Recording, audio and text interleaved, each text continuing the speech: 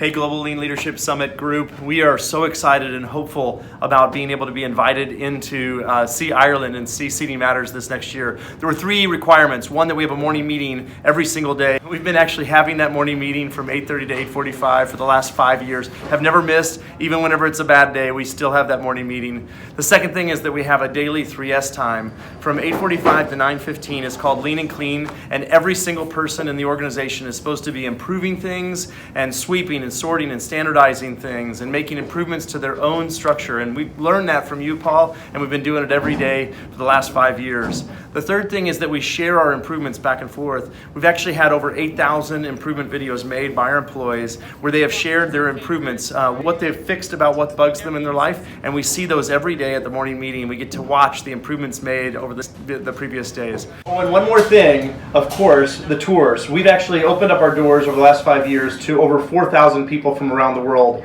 We continue to invite people in to see our morning meeting, our Lean and Clean time, and how we make videos of improvements, and hope to inspire them to do the same. So I hope that that meets the requirements. If there's anything missing, we'd love to do it because we're very hopeful that we can be there in Ireland next year.